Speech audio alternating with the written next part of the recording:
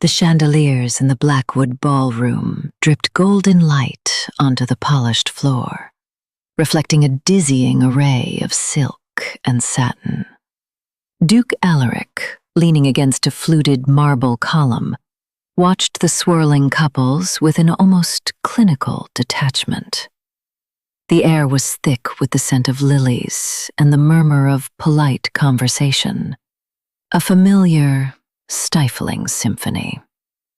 He had attended countless such gatherings, each one a carbon copy of the last, a predictable ritual of societal pleasantries and strategic alliances. His gaze drifted from one simpering debutante to another, each eager smile a thinly veiled invitation, each fluttering fan a coded message of availability. Boredom, a persistent shadow in his otherwise meticulously ordered life, began to settle in. His eyes, sharp and assessing, landed on a figure tucked away near a draped alcove, seemingly absorbed in a small sketchbook. Lady Ilara Vance. He recalled her name from the guest list, but little else. She was not one of the usual vibrant blossoms that clamored for attention, nor did she possess the overt confidence of the seasoned matrons. Her gown, a muted shade of sapphire, blended almost seamlessly with the shadows, a stark contrast to the brilliant hues around her. There was an air of quiet self-possession about her, an independence that intrigued him, if only for its novelty. With a barely perceptible sigh, Alaric pushed off the column, the subtle rustle of his impeccably tailored evening coat the only sound he made. He moved through the throng with the effortless grace of a predator, his presence parting the clusters of gossiping guests like water. Heads turned, whispers followed, but his focus remained solely on the serene profile of Lady Ilara. He stopped before her, casting a shadow over her drawing. She looked up, her eyes the color of moss after a spring rain, meeting his with an unblinking directness that surprised him. There was no immediate flush, no demure dip of the head, none of the practiced awe he was accustomed to. "Lady Ilara," he began, his voice a low, resonant baritone. "I believe this dance is as yet unspoken for." He extended a hand, a gesture he had perfected over the years, one that was rarely, if ever, refused. It was less an invitation and more a statement of intent. Ilara's gaze flickered from his outstretched hand to his face, a faint, almost imperceptible smile touching her lips. "Duke Alaric," she acknowledged, her voice soft but clear, like the chime of a distant bell. "You are quite correct.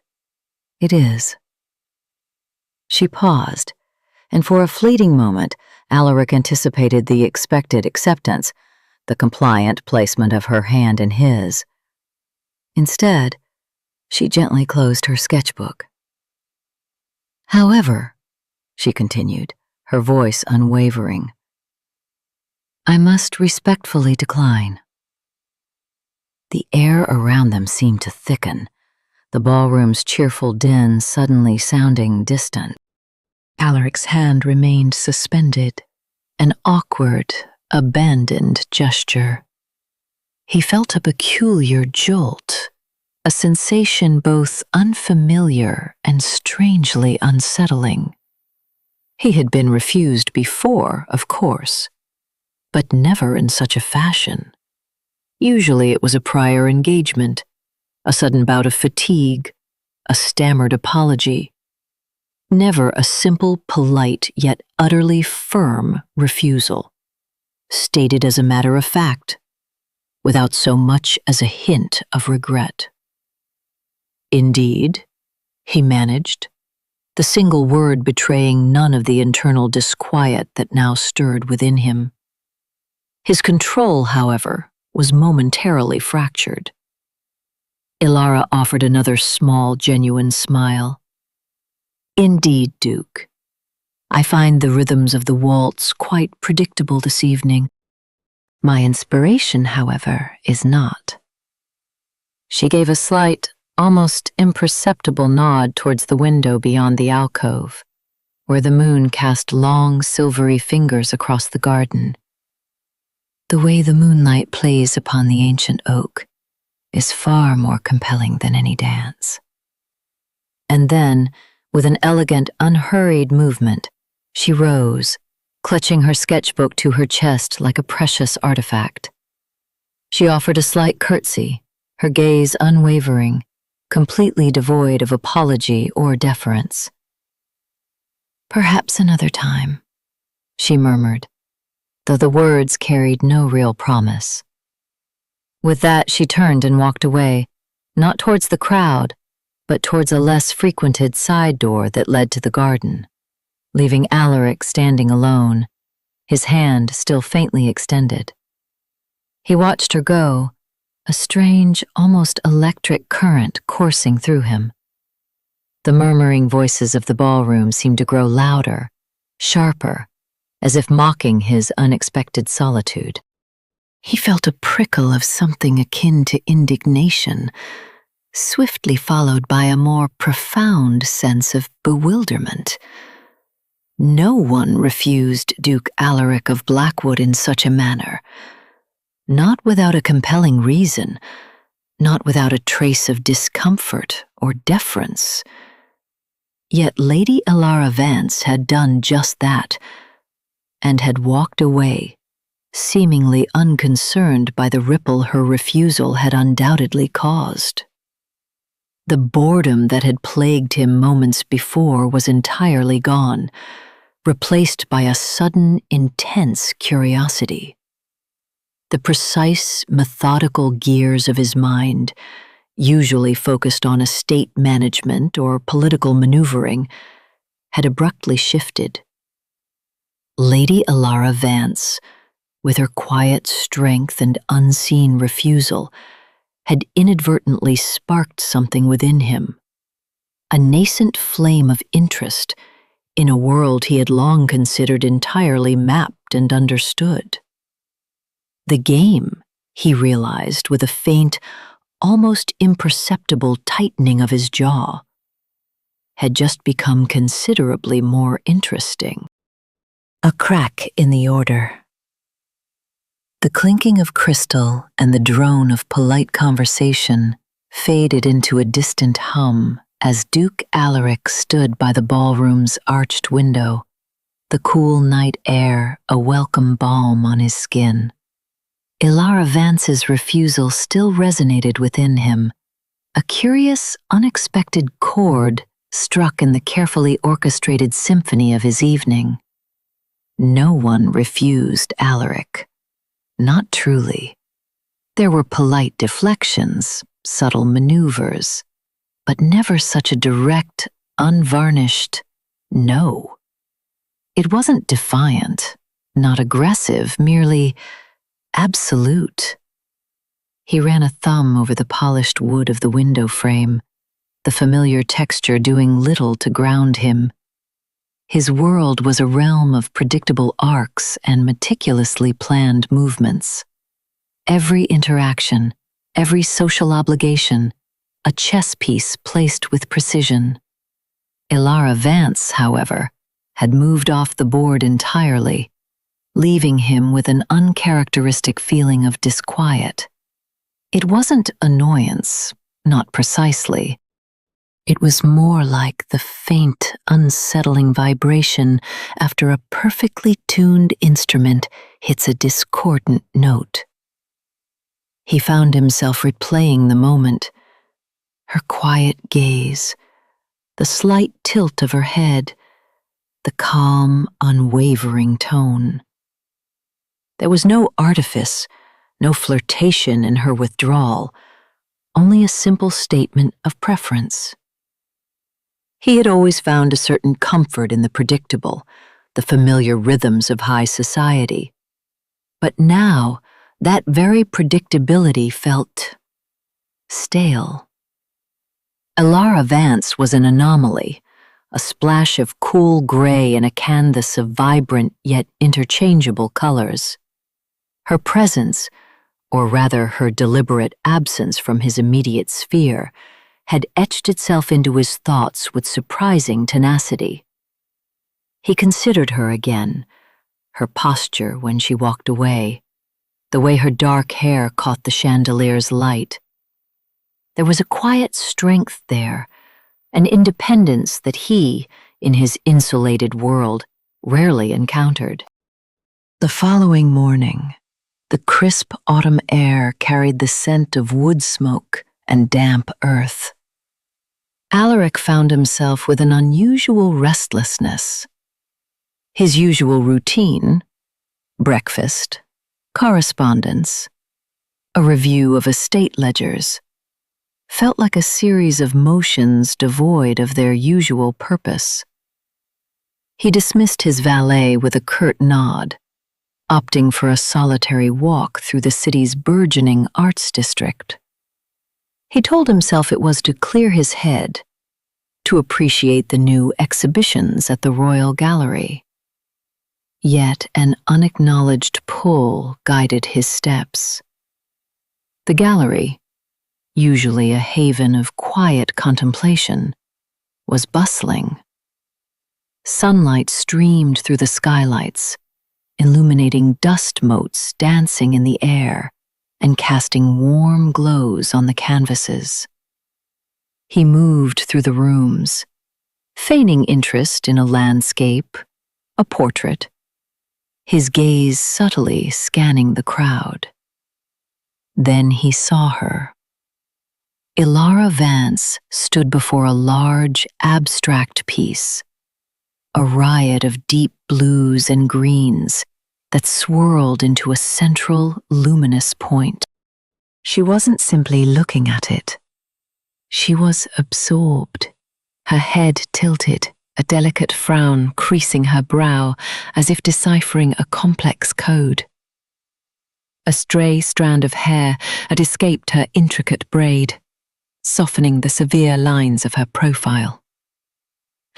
She wore a simple, dark green gown that, while elegant, lacked the elaborate embellishments common among the city's elite. It was practical, unassuming, and suited her. He approached slowly, deliberately. An intriguing piece, wouldn't you agree, Lady Elara? His voice, usually so controlled, held a faint, almost imperceptible tremor of anticipation. She started, her eyes, the color of moss after a spring rain, wide as she turned. A faint blush rose on her cheeks, a fleeting brush of color that quickly receded. Duke Alaric, she acknowledged, her voice soft yet steady. I confess, I hadn't noticed your presence. He permitted himself a slight, almost imperceptible smile. My apologies for disturbing your contemplation. I find myself drawn to the same works as you, it seems. A lie, of course. He rarely ventured into these halls, and certainly not for abstract art. But the words felt surprisingly natural on his tongue. He found himself wondering if this subtle deviation from his own truth was a small price to pay for the curious crack she had created in his otherwise impenetrable order. Polite pursuits. The crisp morning air carried the faint scent of damp earth and blooming hyacinths as Elara settled onto a wrought iron bench in the public gardens, her sketchbook open on her lap. Sunlight dappled through the nascent leaves of an ancient oak, illuminating the delicate curve of a swan's neck as it glided across the pond.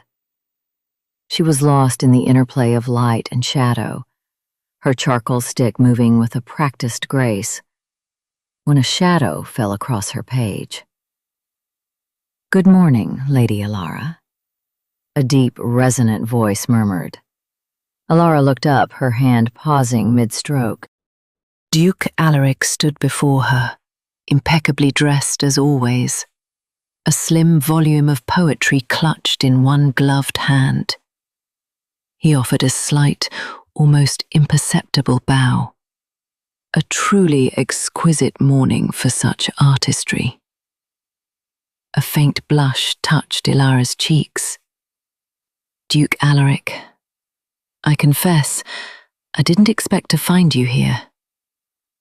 He offered a small, polite smile. "Nor I you. Though I often find solace among the quiet beauty of these grounds before the demands of the day begin. Today, however, my intention was merely to enjoy a few verses under the open sky." He gestured vaguely towards the book. A delightful collection of pastoral odes. He made no move to leave, simply stood a respectable distance away, his gaze sweeping over the garden before settling briefly on her sketchbook, though he didn't attempt to peer over her shoulder. The silence stretched, not awkward, but filled with a peculiar awareness. "It is a peaceful place," Ilara agreed, her voice soft. She found herself unable to fully return to her sketching under his watchful, if understated, presence. "Indeed, your subject today is the swans?" "Among other things," she replied, offering a shy smile. "The light is particularly captivating." "It is," he echoed, his eyes tracing the path of the sunbeams through the branches. A moment often lost in the rush of life. After another moment, he inclined his head. "I shall leave you to your inspiration. My apologies for the interruption."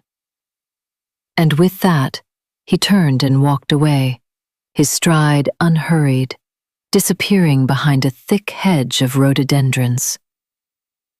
A week later, Ilara attended a lecture on ancient pottery at the Lyceum, a rare public event for such a niche subject. The hall was sparsely filled, mostly with scholars and a few dedicated enthusiasts. She had chosen a seat near the back, hoping to blend into the shadows. As the speaker began his introductory remarks, a familiar figure slipped into the seat 2 rows ahead of her, his profile distinct even in the dim lighting. Duke Alaric. He offered no greeting, made no acknowledgement of her presence, yet Alara felt the subtle shift in the room. He listened intently, occasionally making a brief note in a small leather-bound book.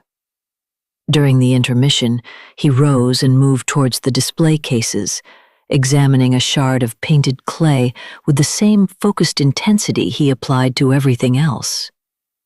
Ilara, feeling an inexplicable pull, found herself drifting closer. He turned as if sensing her and offered a polite, almost formal nod. "Lady Ilara," he said, his voice a low timbre. "An unexpected pleasure. I confess, I have a burgeoning interest in the provenance of such artifacts. A fascinating lecture, wouldn't you agree?" "It is," she replied, a little surprised by her own composure. "Though I admit my knowledge is rather limited. I came more for the aesthetic appeal." He smiled, a genuine, if fleeting, curve of his lips. "Aesthetic appeal is often the truest gateway to understanding, I find. Perhaps we might discuss it further, should our paths cross again?" Their paths did cross again. at a small, curated exhibition of landscape paintings, at the annual charity bazaar, where he inexplicably found himself admiring the very booth where Alara was volunteering. Always a polite word, a shared observation, a fleeting connection that left Alara both bemused and strangely intrigued. He never lingered, never pressed, never overstepped the bounds of decorum. He was, in every instance, the very definition of a perfect gentleman. Yet Alara couldn't shake the feeling that his appearances were less coincidence and more design.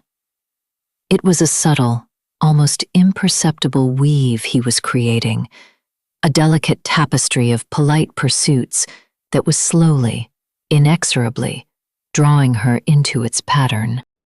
She found herself anticipating his presence, a faint flutter in her chest when she spotted his distinctive silhouette across a room. He was a disciplined observer, a man who saw more than he let on, and Alara, for the first time in a long while, found herself being truly seen. Whispers and gifts. The murmuring began subtly, a rustle of silk and a flutter of fans in drawing rooms and at soirees. Lady Araminta, with her perpetually arched brow, leaned close to Lady Beatrice at the opera, her whisper a delicate hiss. "Did you notice the Duke's eyes tonight? They rarely left Ilara Vance."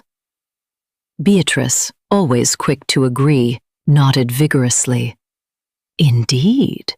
And at the vernal ball, he offered her a dance, and she refused him." Her voice dropped to a shocked near silence. "The Duke of Blackwood refused." These whispers, light as thistledown, drifted through the gilded salons.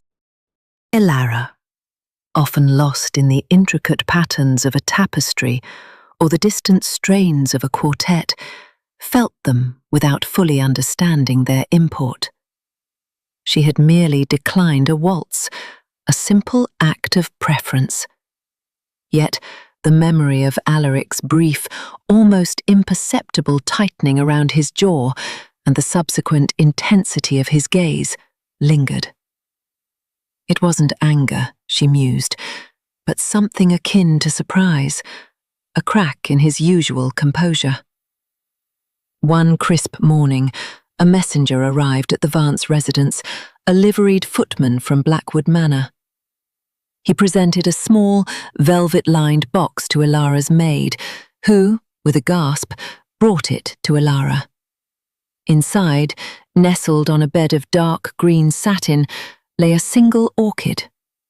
Not the common hothouse variety, but a delicate, almost ethereal bloom with petals the colour of twilight and a faint, sweet scent that spoke of distant, exotic lands. A note accompanied it, written in Alaric's precise, elegant hand. "For the artist who finds beauty in the unseen." Ilara held the flower, its fragile beauty a stark contrast to the Duke's austere persona. It was an unusual gift, not a jewel or a confection, but something chosen with a peculiar thoughtfulness.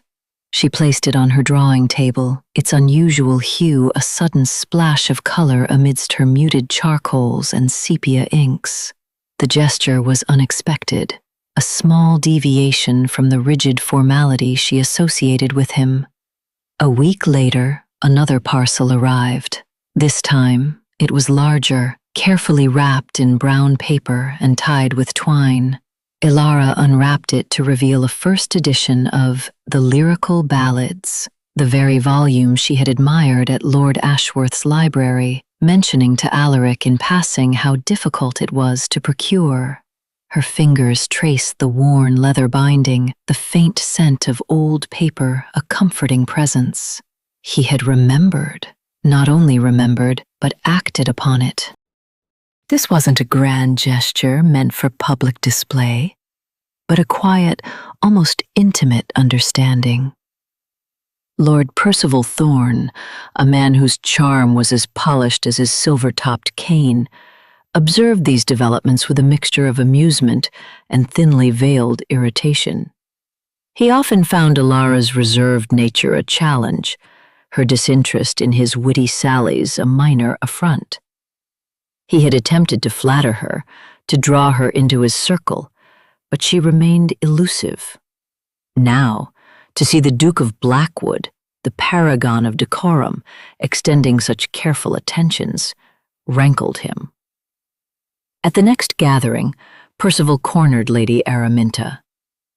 "Have you seen the latest installment of the Duke's Affections?" he drawled, a smirk playing on his lips. "A book, I hear.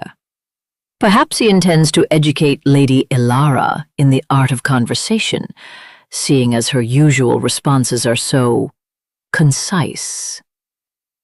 Araminta tittered. "Indeed, Lord Percival, though one must admit the Duke's persistence is rather intriguing."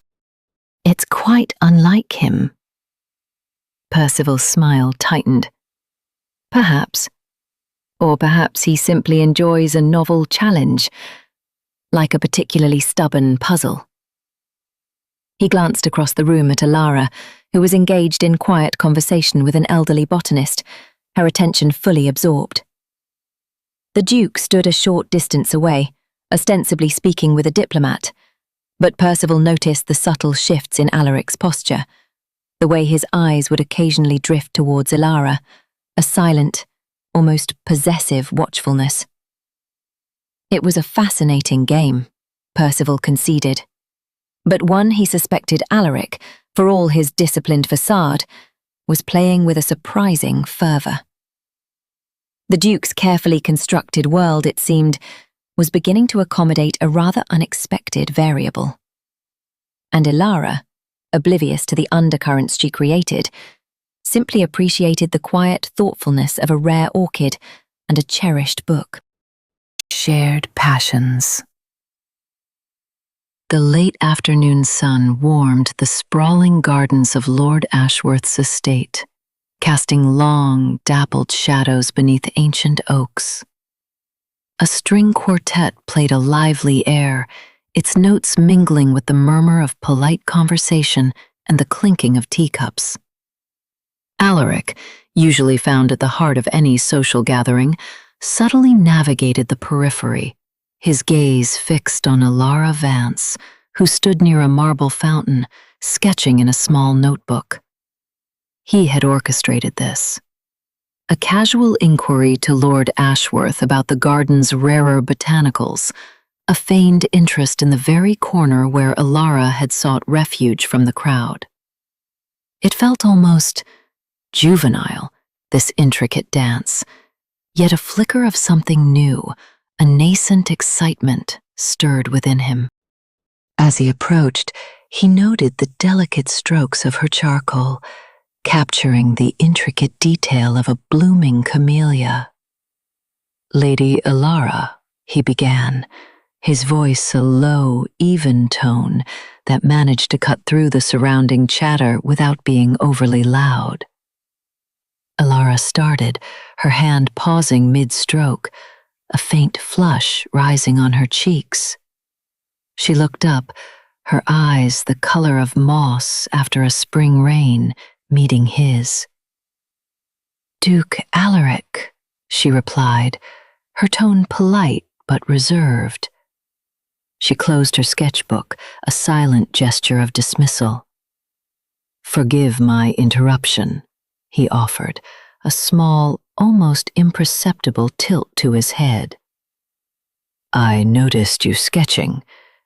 Your work is remarkable." He gestured vaguely towards the fountain. "The way you capture the light on the water." It was a genuine observation, not mere flattery. He'd seen her work at the gallery, a small landscape that had held his attention longer than he cared to admit. Elara's gaze softened slightly, It is merely an exercise, she demurred, though a hint of pleasure touched her features. The challenge is in conveying movement with a static medium. Indeed, Alaric responded, stepping closer. Art, in its essence, is about translating the ephemeral into something tangible, is it not? A fleeting moment, a unique perspective. He surprised himself with the thought, a spontaneous insight born of truly looking at her work. Her brow furrowed in thought, then cleared. Precisely. It is about seeing beyond the obvious, finding the hidden beauty. She looked at him, a spark of curiosity in her eyes. Do you find solace in art, Duke? Alaric paused. Solace. His life was built on order, on predictable outcomes. Art was something else entirely. I appreciate precision, he admitted. The mastery of technique, the ability to evoke emotion. Though I confess my own understanding often feels academic. He had never truly considered the emotional resonance, only the execution. Elara smiled then, a genuine, unforced curve of her lips that made his chest feel unexpectedly lighter. Perhaps it is not about understanding, but feeling. To truly appreciate art, one must allow it to speak to them, without the filter of expectation or analysis. She gestured towards a vibrant oil painting displayed on an easel under a nearby pergola, a bold landscape of the Scottish Highlands. Take that, for instance. The artist's brushstrokes are almost wild, untamed, yet they convey the raw power of the land. Alaric turned his attention to the painting. He saw the rugged mountains, the brooding sky, the vivid greens and purples. He had always admired the meticulous realism of the Dutch masters, the precise detail of still life. This was different. It is visceral, he conceded, allowing himself to truly feel the impression rather than merely dissect it. It demands attention. It demands connection, Elara corrected gently. To feel the wind on those peaks, to hear the cry of a hawk. That is what the artist intended. She turned back to him, her expression open. Do you ever paint, Duke? He chuckled, a rare, low sound. My talent lies more in the careful drafting of treaties than the delicate strokes of a brush, Lady Elara. My hands are more accustomed to a quill than a palette knife. Perhaps, she mused, her gaze thoughtful, you simply haven't found the right subject. For a long moment their eyes met, and Alaric felt a distinct shift in the air between them. The polite distance that usually defined their interactions seemed to dissipate, replaced by a nascent current of shared understanding.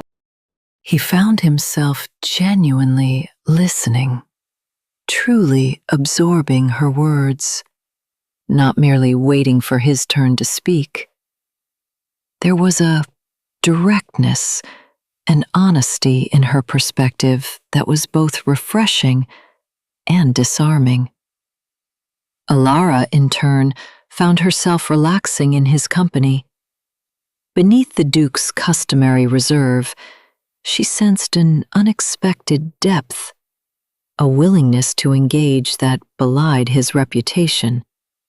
He wasn't merely tolerating her passion. He seemed genuinely interested, almost eager to understand.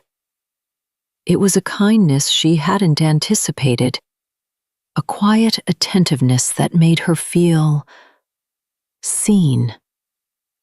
The afternoon stretched on, the hum of the party fading into the background as their conversation flowed, unhurried and unexpectedly profound, weaving through the intricacies of art, beauty, and the often overlooked nuances of the world around them. A shift in perception. "You're smiling," Lord Gareth observed, his voice a curious blend of amusement and disbelief. He leaned back in his leather chair, a half-empty glass of amber liquid glinting in his hand. Not a polite, ducal nod of acknowledgement, mind you, but an actual, unprompted upturning of the corners of your mouth. Alaric, who had been absently tracing the rim of his own glass, lowered it, a faint flush creeping up his neck. "Is that so surprising, Gareth?" "Frankly, yes," Sir Calin chimed in from the settee opposite, a broad grin spreading across his face. "One might even say, alarming. For years, the most expressive emotion we've witnessed from you has been a perfectly calibrated eyebrow raise of mild disapproval. Perhaps I merely find the company agreeable tonight," Alaric countered, though a genuine warmth flickered in his eyes. He thought of the delicate lines of Alara's sketching, the way her brow furrowed in concentration, the quiet passion in her voice as she spoke of capturing the soul of a blossom. A lightness, unfamiliar and yet not unwelcome, had settled within him since their encounter in the conservatory. The world, which had often felt like a meticulously organized ledger, now seemed to possess a few unexpected, vibrant flourishes. Gareth chuckled, exchanging a knowing look with Calin. "Or perhaps," he ventured, his gaze shrewd, "the particular company you've been keeping lately has proven inspirational." Alaric merely took a slow sip of his drink, a faint, almost imperceptible tremor of pleasure running through him. The thought of Alara, of her quiet defiance and unwavering authenticity, was a novel sensation, a delicate counterpoint to the rigid structure of his days.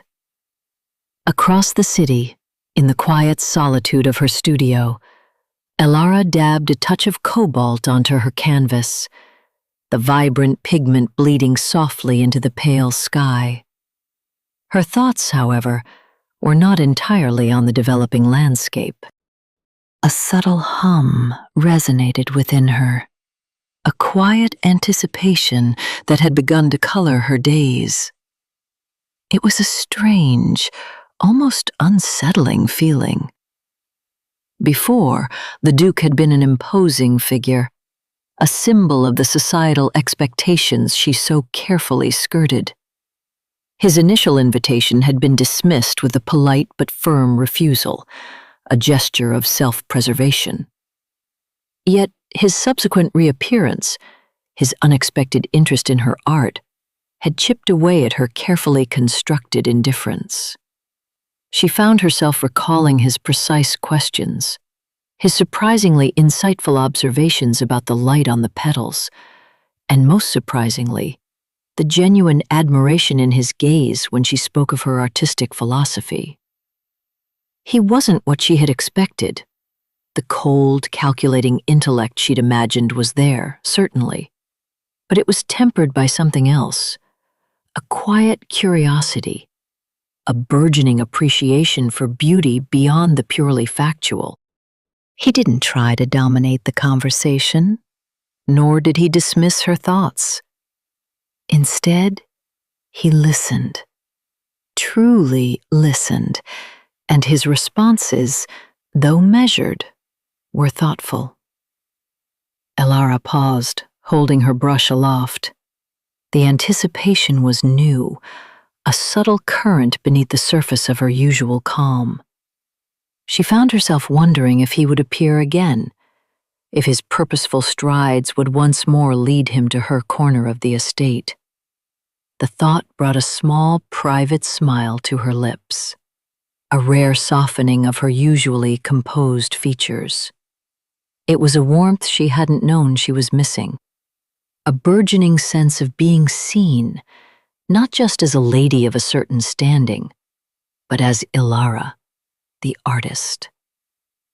Yet this burgeoning warmth was not without its disquiet. Her independence was a fiercely guarded treasure, and this new, unexpected thread of connection felt like a delicate challenge to its foundations. She was accustomed to her own rhythm, her own creative flow, unburdened by external expectations. This feeling of anticipating another's presence, of looking forward to their conversation, was both exhilarating and faintly unnerving. It was a pleasant distraction, yes, but could it become something more? She dipped her brush back into the paint, the blue deepening, much like the quiet intensity of her thoughts. The Duke, Alaric, was becoming a presence in her mind, a quiet resonance that promised to reshape the familiar contours of her world. The Duke's defense. The gentle clink of silverware and the subdued murmur of conversation typically wove a soothing tapestry at the season's final masquerade. Tonight, however, an unseen tension thrummed beneath the surface, a subtle current of intrigue that invariably trailed Ilara Vance. She stood by a tall, arched window, moonlight illuminating the intricate needlework of her midnight blue gown, a serene figure amidst the swirl of silks and powdered wigs. Her sketchpad, as ever, rested within easy reach, a quiet bulwark against the trivial demands of social niceties. Lord Percival Thorne, a man whose clever remarks often veiled a cutting cruelty, approached Ilara with an air of theatrical amusement. His tailored velvet coat gleamed under the chandeliers, a supercilious smile playing on his lips. "Lady Ilara," he purred, his voice just loud enough to snag the attention of those nearby. "Still capturing the drapery, I presume? One might imagine an artist of your distinctive sensibilities would find more compelling subjects in this room." His gaze swept pointedly over the assembled gentry, a thinly veiled jab at her perceived social detachment. Ilara met his eyes with an unshakable calm that seemed to grate on him further. "The light is particularly exquisite on the damask tonight, Lord Thorne," she replied evenly, her voice a soft counterpoint to his showmanship. "And the human condition, in its myriad guises, is often best perceived from a slight distance." A ripple of stifled giggles spread through a cluster of debutantes. Thorne, emboldened, sharpened his attack. "Ah, ever the philosopher, Lady Ilara. But tell me, do you ever find yourself delineating life? Or are your creations forever confined to the inanimate, much like your prospects?" A knowing glance passed between him and his impromptu audience, a veiled slight at her apparent lack of marital ambition, and the whispers concerning her unusual disinterest in societal pursuits. The ensuing silence was a collective sharp intake of breath, the air suddenly thick with anticipated humiliation. Before Ilara could form a retort, a deep, resonant voice cleaved through the strained quiet. "Indeed, Lord Thorne, Lady Ilara's artistic focus often illuminates the nuanced, the overlooked, the truly authentic." Duke Alaric's voice was remarkably clear, though he had only just emerged from the shadows of a nearby alcove. His usual impeccable composure was subtly frayed, his jaw set, and his eyes, typically cool and discerning, held a startling intensity. A perspective many, including yourself, might find too refined to appreciate. Thorn, caught off guard, stammered, "Your Grace, I was simply making an observation about the lady's inclinations." Alaric took a step closer, his presence commanding, his frame seeming to fill the space between Thorn and Ilara. "And a rather boorish observation it was, Lord Thorn. To disparage an artist's pursuit, especially one as dedicated and discerning as Lady Ilara's, speaks less of her perceived shortcomings and more of your own profound lack of understanding and, frankly, good breeding." The words, delivered with quiet but undeniable force, were not a mere chiding. They were a scathing indictment. His eyes, usually so impassive, now blazed with an icy indignation that left no room for retort. A collective gasp rippled through the room. Alaric, the epitome of controlled decorum, the Duke renowned for his measured responses and unwavering emotional detachment, had just launched a blistering public defense. The unexpected passion in his voice, the sheer vehemence of his words, shocked everyone into stunned silence. Ilara, who had braced herself for Thorn's cruelty, now found herself staring at Alaric, a knot forming in her stomach. This was not the Duke she knew, the one who merely offered polite invitations. This was something far more fervent, far more protective. Thorn, his face draining of color, attempted a weak smile. "My apologies, Your Grace. I meant no offense." "Perhaps," Alaric replied, his voice still edged with steel. "But offense was clearly given and taken." He then turned his full attention to Ilara, his expression softening almost imperceptibly, the fire in his eyes banked, but not extinguished. "Lady Ilara, if you would permit me, I believe the evening air on the terrace might offer a more congenial atmosphere for observation, and perhaps a more discerning audience." He offered her his arm, a gesture of quiet defiance to the lingering whispers. Ilara, her heart thrumming with a mixture of surprise and a strange, unfamiliar warmth, placed her hand on his arm.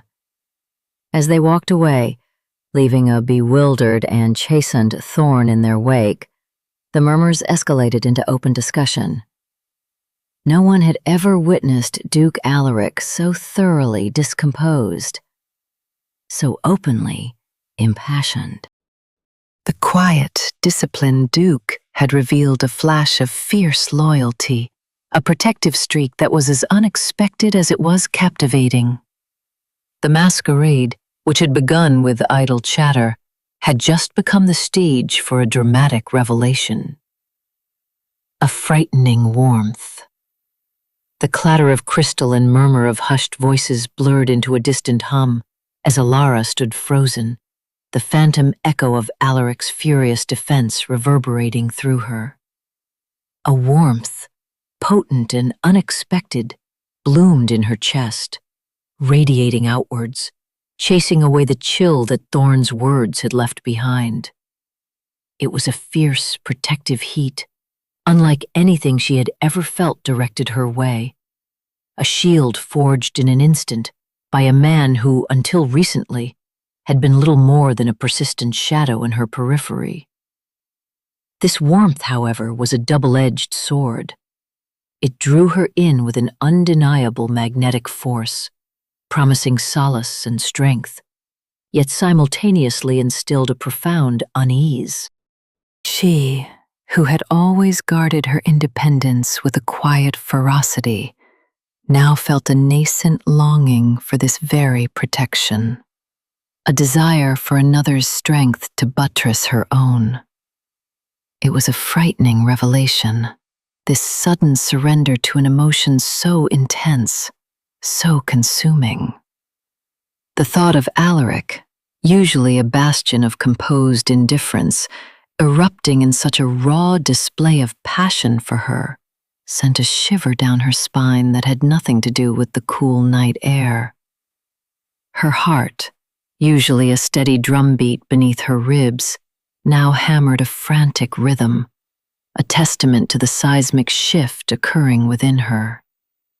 He had extended his hand, a silent invitation to the terrace, an offer of escape from the suffocating gazes of the room.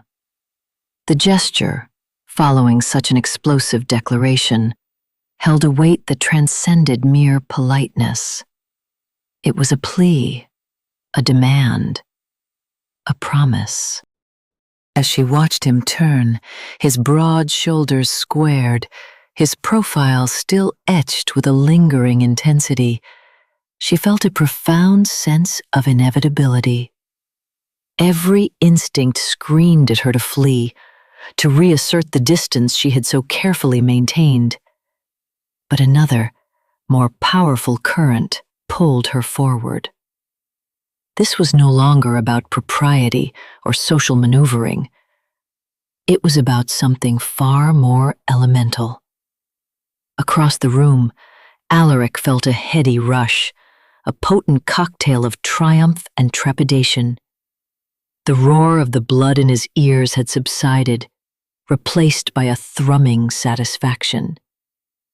He had defended her. He had silenced Thorn, not with calculated disdain, but with a raw, undeniable fury that had shocked even himself.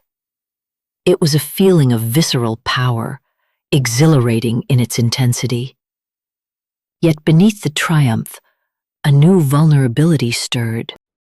He had laid bare a part of himself he had kept fiercely guarded, revealed a protective instinct he hadn't known he possessed, let alone one strong enough to shatter his customary composure. He glanced over his shoulder, his gaze sweeping the room, assessing the fallout. Faces, usually masks of polite indifference, were now a tableau of astonishment. He had broken the rules, shattered decorum, and for the first time in his life he felt not regret, but a fierce, almost reckless elation. This was a new terrain, uncharted and exhilaratingly dangerous. He had gambled, and the stakes were higher than any he had ever faced. His reputation, his carefully constructed image, all of it lay scattered at his feet, exchanged for a fleeting, electrifying moment of raw emotion.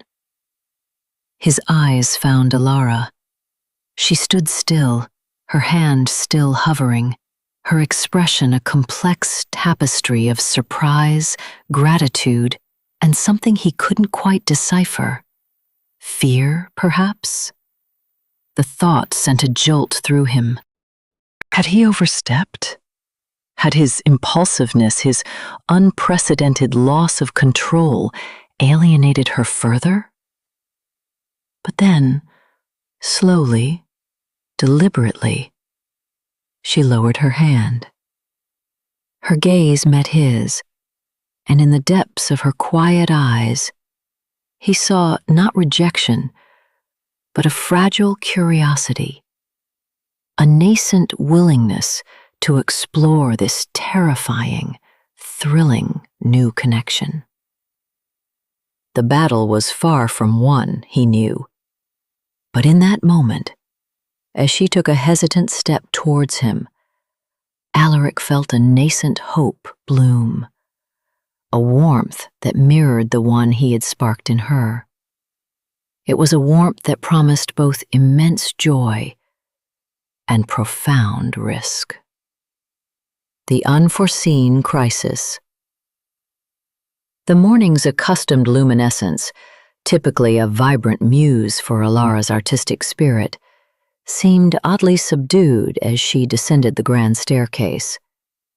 Alaric's impassioned defense from the previous evening still echoed in her mind, a warm, disorienting harmony that both soothed and unsettled. She found Beatrice, her maid, by the breakfast nook, a letter clutched in her hand, her expression a mask of stark dismay. "Lady Alara, this just arrived, from your uncle in Kent."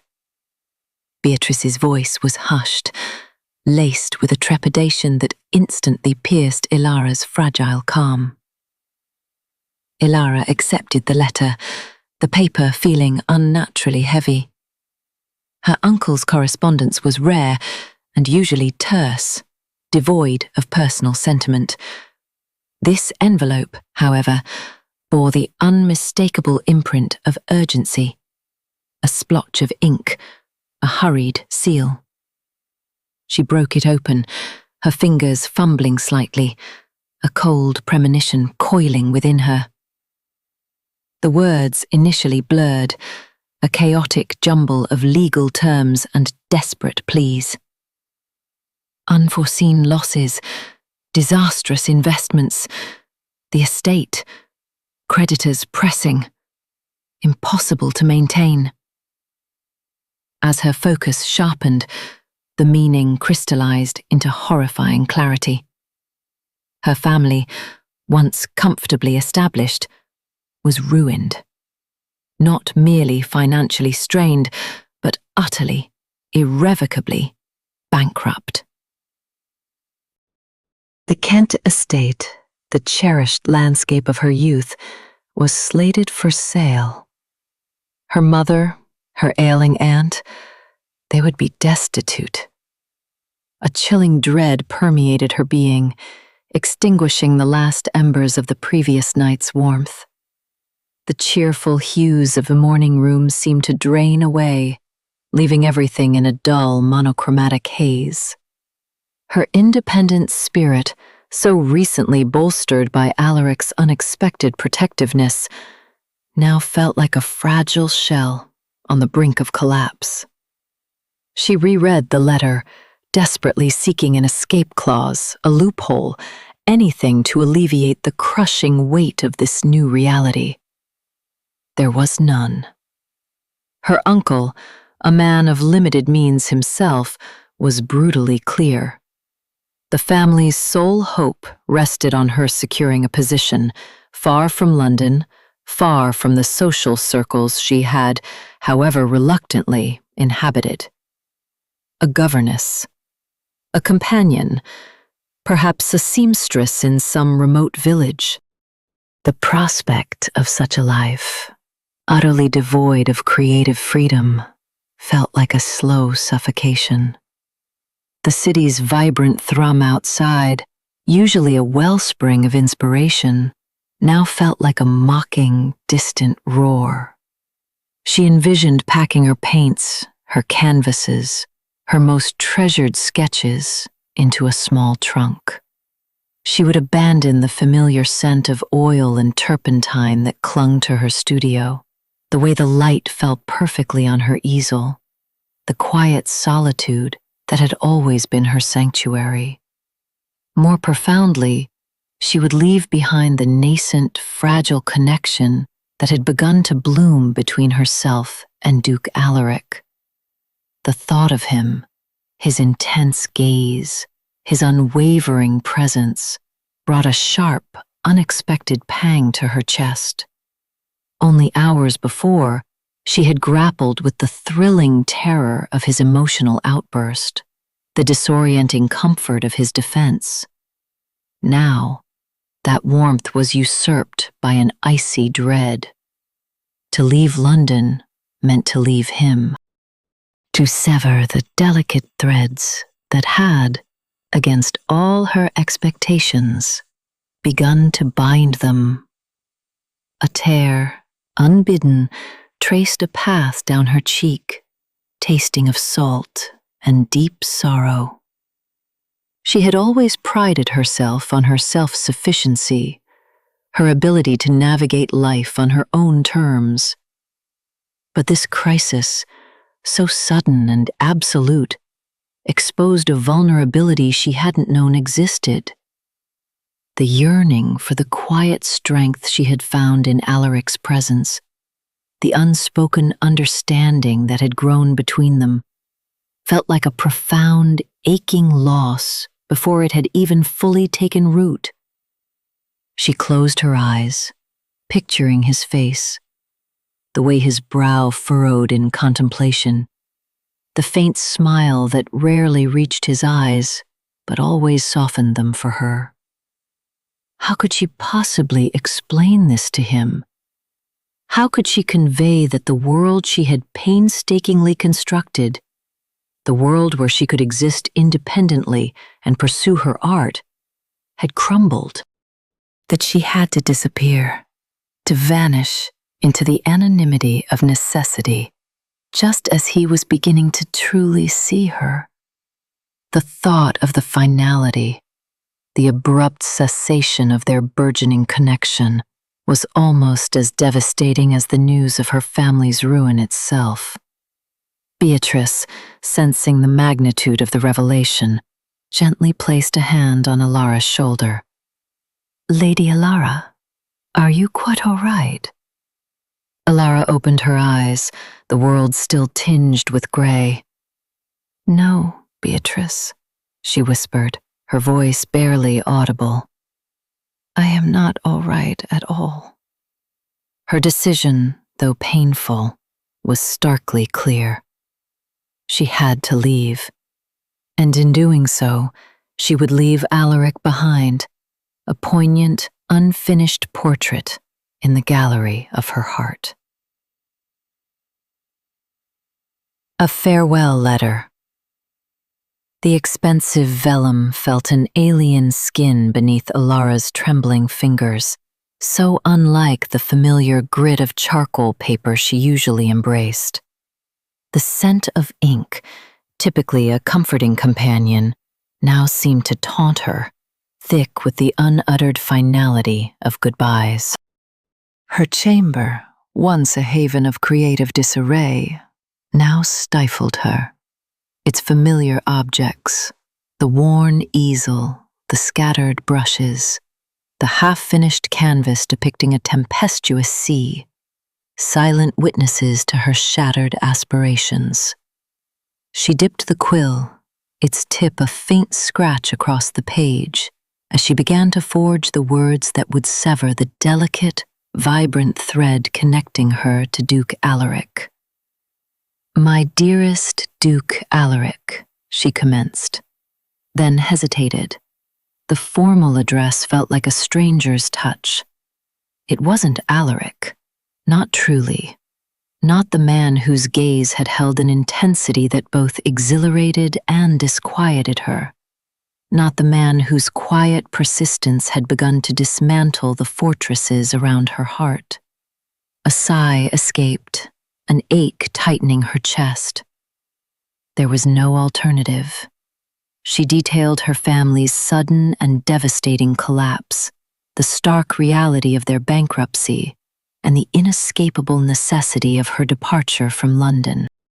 She explained, as gently as possible, how her artistic dreams, once the very bedrock of her being, had been swept away by the merciless tide of misfortune. Then came the most arduous passage, the painful truth that what had begun to blossom between them, that unspoken communion, that nascent affection, must now be irrevocably pruned.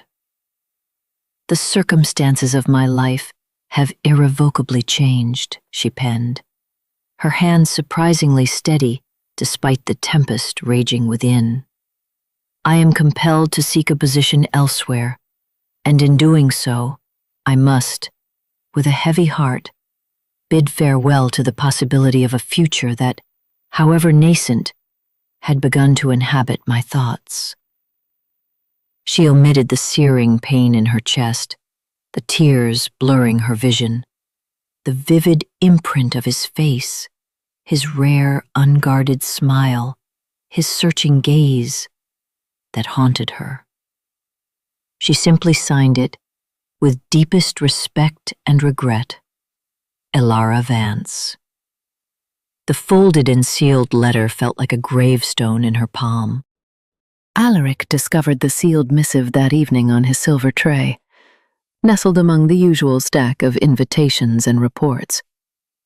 The elegant script on the envelope was instantly recognizable, sparking an unexpected jolt of anticipation.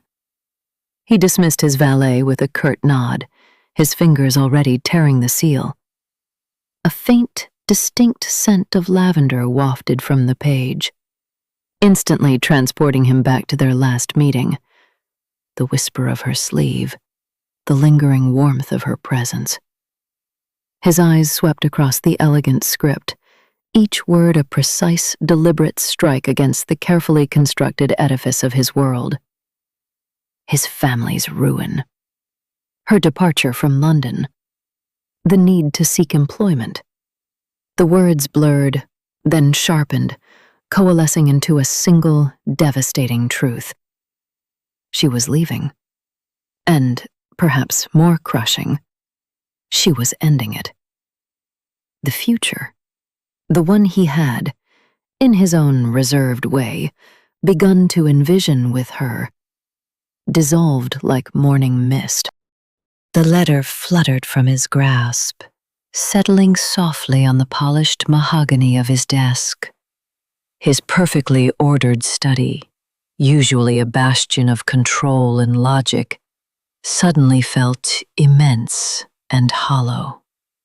The ornate clock on the mantelpiece ticked with infuriating leisure, each beat a hammer blow to his soul.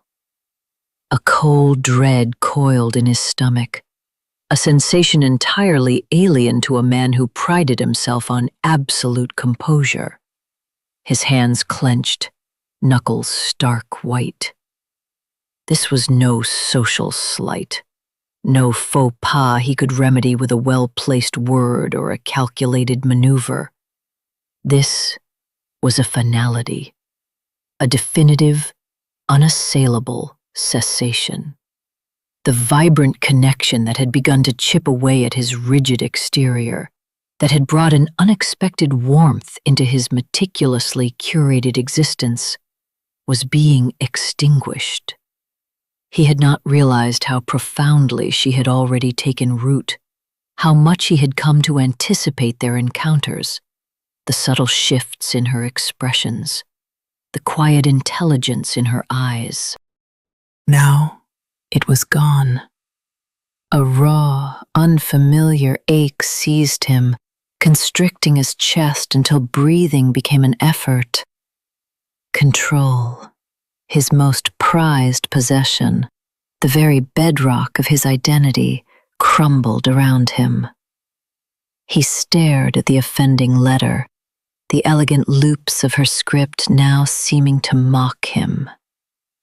Elara, the woman who had dared to refuse him, who had subtly challenged his every assumption, was walking away, taking with her the nascent possibility of a life he hadn't known he desired until this moment. The silence of the room pressed in, mirroring the sudden profound emptiness within him. The world, which had seemed so predictable moments ago, was irrevocably altered. He stood, rigid and unmoving, the weight of her farewell settling upon him like a shroud. The meticulously organized ledgers on his desk, the framed ancestral portraits on the walls, even the very air in his study seemed to mock his sudden, crushing impotence. This wasn't how his life was meant to unfold. His plans, his expectations, his meticulously crafted existence, all had been predicated on an immutable order. and Ilara Vance, with a single, heartfelt letter, had shattered it all. The carefully curated order of Blackwood Manor began to fray at the edges, then unravel entirely, much like a neglected tapestry. Days bled into one another, marked not by the chime of the grandfather clock or the precise delivery of daily reports, but by the deepening silence in the ducal study. Alaric no longer descended for breakfast, nor did he emerge for his customary afternoon ride. The stack of correspondence, once meticulously sorted and addressed, now lay untouched on his desk, a silent monument to his abdication. His valets, usually bustling with the rhythmic precision of clockwork, found themselves adrift. Suits lay unworn, their fine fabrics gathering dust in the wardrobe. Shaving accoutrements sat unused, a testament to the stubble that now shadowed Alaric's jaw, a stark contrast to his usual pristine appearance. Whispers, soft as the rustling of autumn leaves, spread through the servants' quarters. Lord Alaric, the paragon of control, was unkempt, distraught. Henderson, his long-suffering butler, ventured into the study on the third day of this unprecedented dereliction. The room, usually a bastion of cool intellect and polished surfaces, felt oppressive, heavy with the scent of stale pipe smoke and an unspoken sorrow. Alaric sat by the cold hearth, staring into the ashes as if seeking answers in their gray dust. He hadn't changed from the clothes he'd worn days prior, a rumpled, dark waistcoat and trousers, their once crisp lines softened by neglect. "My lord," Henderson began, his voice a careful balm against the quiet. "Lady Ashworth's letter awaits your perusal, and Lord Fenwick requires a decision on the railway expansion." Alaric didn't stir. His gaze remained fixed on the hearth, his profile a stark, unfamiliar silhouette. "Let Fenwick decide," he murmured, his voice rough, unused. "And inform Lady Ashworth I am indisposed. Indefinitely." Henderson blinked, a flicker of genuine shock crossing his usually impassive features. To delegate such crucial ducal matters, to ignore a society matron's insistent correspondence. It was unthinkable. It was, quite simply, not Alaric. He had always been the eye of the storm, the anchor of responsibility. Now he was a ship cut loose from its moorings. "My lord, with all due respect, these matters require your direct attention," Henderson pressed, a tremor of concern entering his tone. "The estate, it cannot run itself." Alaric finally turned. His eyes, usually sharp and penetrating, seemed clouded, distant. "Then let it founder, Henderson," he said, the words devoid of his typical authority, carrying instead a chilling resignation. "What does it matter?" The butler retreated, a cold knot forming in his stomach. He had seen Alaric angry, stern, occasionally even amused, but never like this, never so utterly lost. The Duke, who lived by schedules and ledgers, had simply ceased to function. The climax of this strange, unsettling period arrived with the dawn of the 5th day. Alaric, having spent another restless night pacing the length of his study, finally stopped before the cold grate. The morning light, filtering through the heavy curtains, seemed to mock his inertia. He saw Ilara's face in the dancing dust motes, heard her laughter in the creak of the floorboards. Her letter, still clutched in his hand, felt like a burning coal, branding him with her absence. A sudden, sharp clarity pierced through the fog of his grief. This was not control. This was surrender. He was letting her go, not because he wished to, but because he was following her instructions, adhering to the dictates of a world that had suddenly become meaningless without her in it. The meticulous planning, the careful adherence to protocol, the measured responses. All of it had kept him safe, insulated. But it had also kept him from her. He strode to the bell pull and yanked it, a sudden, fierce energy coursing through him.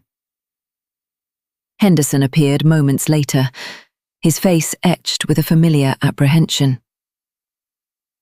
"Prepare my riding gear," Alaric commanded, his voice ringing with a conviction that had been absent for days. "My best horse. Packed saddlebags for a lengthy journey."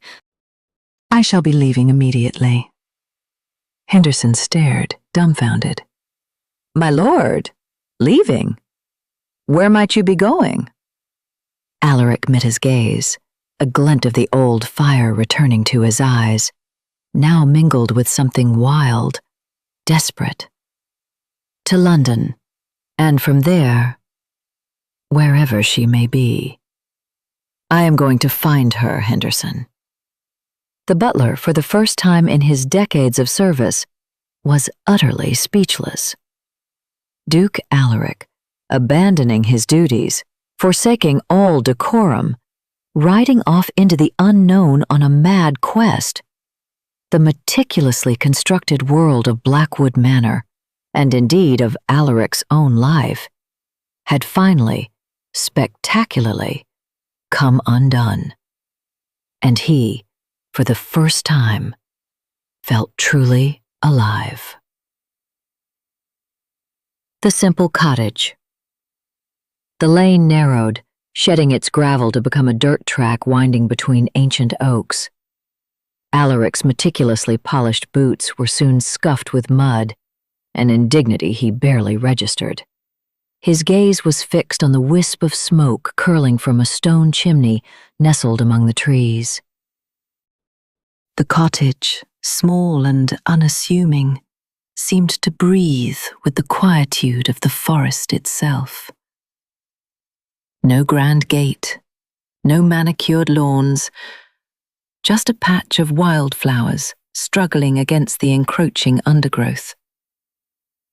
He dismounted, leaving his horse tethered loosely to a gnarled branch. A single pane of glass set into the cottage wall offered a glimpse within. Ilara sat before an easel, her back to him, completely absorbed. The light filtering through the window illuminated the gentle sway of her hair as she moved, a brush clutched in her hand. A half-eaten apple lay on a rough-hewn table beside a stack of canvases. The air, even through the glass, seemed to hum with the scent of turpentine, and something else. Something wild and free, like the scent of the forest after a summer rain. He rapped once, sharply, on the wooden door. The sound, stark against the rural quiet, made Ilara jump. She turned, brush still poised, her eyes widening in disbelief. A smudge of cobalt blue adorned her cheekbone, an accidental mark that only enhanced her natural charm. "Alaric?" Her voice was a breathy whisper, laced with a surprise that bordered on apprehension. He pushed the door open, stepping into the small, warm space. It was cluttered with brushes, tubes of paint, and canvases leaning against every available surface. A simple cot was tucked into one corner, a worn blanket neatly folded. There was no pretense here, no artifice. This was Alara, unvarnished and real. "I found you," he stated, his voice huskier than he intended.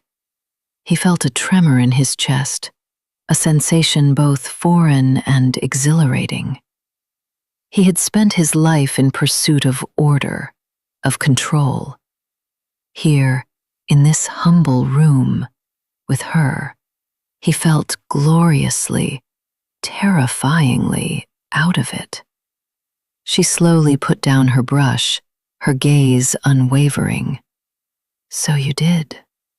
There was no invitation, no dismissal, just a quiet acceptance of his intrusion. He took a step closer, then another, until he stood before her easel. The painting was a vibrant landscape, a riot of greens and golds, capturing the very essence of the sun-drenched woods outside. It was alive, just as she was. "Why here, Alara?" The question was out before he could temper it. A faint smile touched her lips. "It's peaceful, and it's mine." She gestured around the small room. No expectations, no judgment, just creating. He looked from the painting to her, then back again. His carefully constructed walls, fortified over decades, began to crumble, brick by agonizing brick. The pursuit had stripped him bare, revealing a raw, unyielding truth he could no longer ignore. "I don't care about expectations," he said, the words tumbling out unbidden from a place deep within him he hadn't known existed. "I don't care about judgment. I care about you." His voice was rough with an emotion he had never allowed himself to articulate. "Alara, I have tried to forget you. I have tried to resume my life as it was before. But it's a hollow shell without you."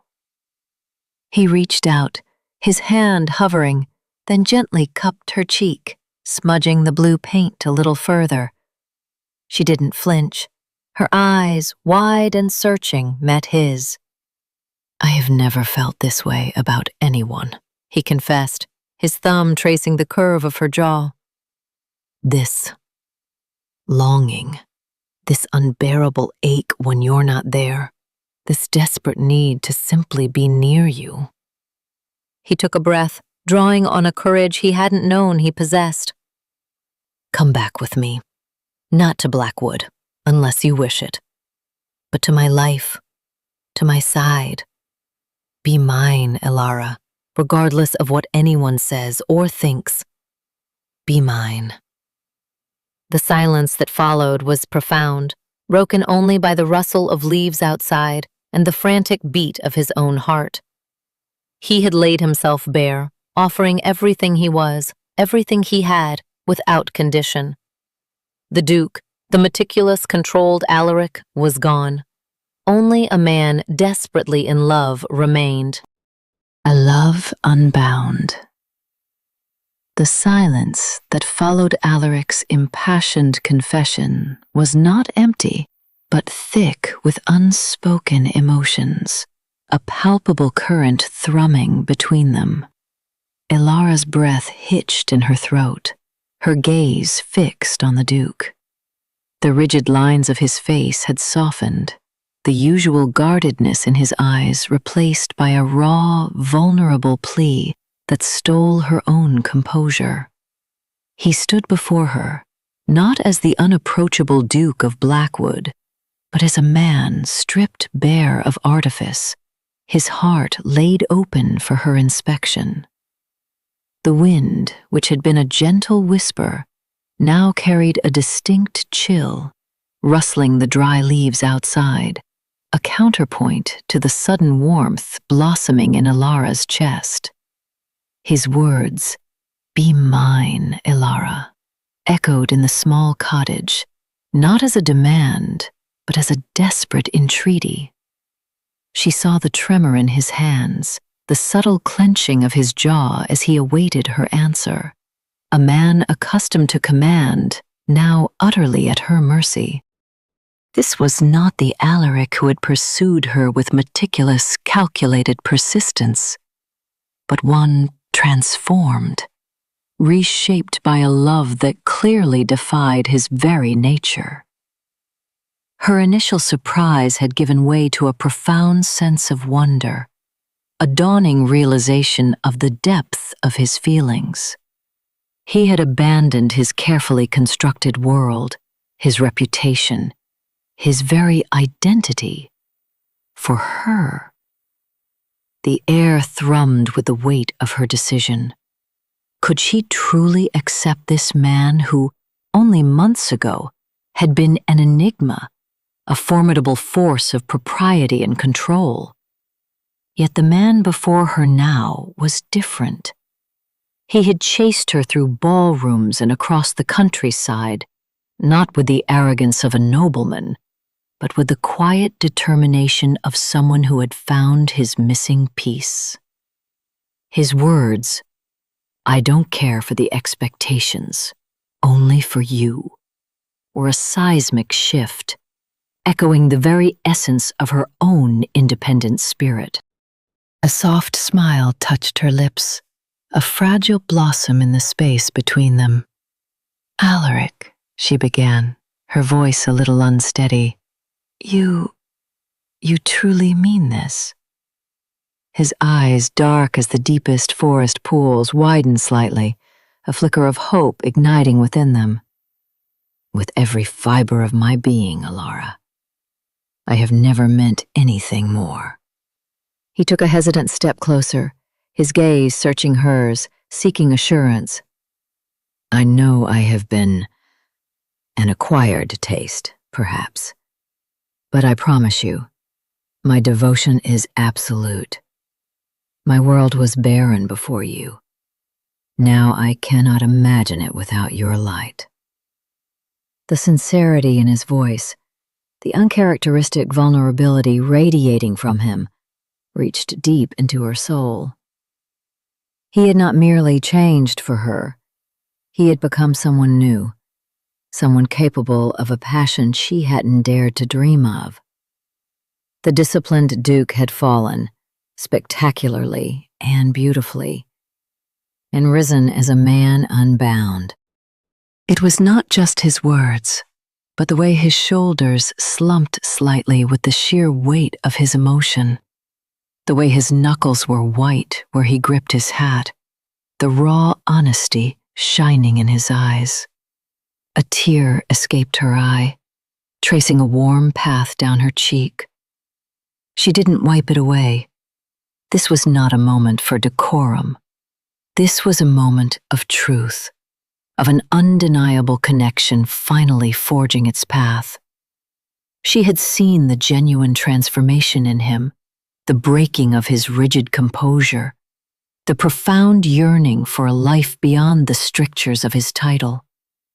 He had shown her a side of himself that no one else had ever witnessed, a heart capable of immense, fervent love. "Yes, Alaric," she whispered, the words a gentle exhale, a profound affirmation. "Yes, I will be yours." A profound relief washed over his face, erasing the tension that had etched itself into his features. His hat, forgotten, slipped from his grasp, landing with a soft thud on the worn wooden floor. He closed the distance between them in 2 swift strides, his arms reaching for her. She met him halfway, her own arms circling his waist, holding him as tightly as he held her. His embrace was not the formal, distant hold of a duke, but the fierce, possessive grip of a man who had found his salvation. Her face was pressed against his chest, feeling the strong, steady beat of his heart against her ear, a rhythm that spoke of safety and belonging. His scent, a refined blend of oak and something uniquely Alaric, enveloped her, grounding her. His hands tangled in her hair, cradling her head, and he pressed a soft kiss to her temple, then her cheek, and finally, gently, to her lips. It was a kiss that spoke volumes, of longing, of surrender, of a future unwritten but brimming with possibility. A kiss that sealed their unspoken vows, binding them together not by societal decree, but by a love that had finally broken free, soaring beyond all expectations. In that moment, surrounded by the scent of paint and the warmth of their embrace, Alaric and Alara were simply two souls, truly, irrevocably meant to be. The world outside, with its rules and judgments, faded into insignificance. Here, in this humble cottage, their love was unbound.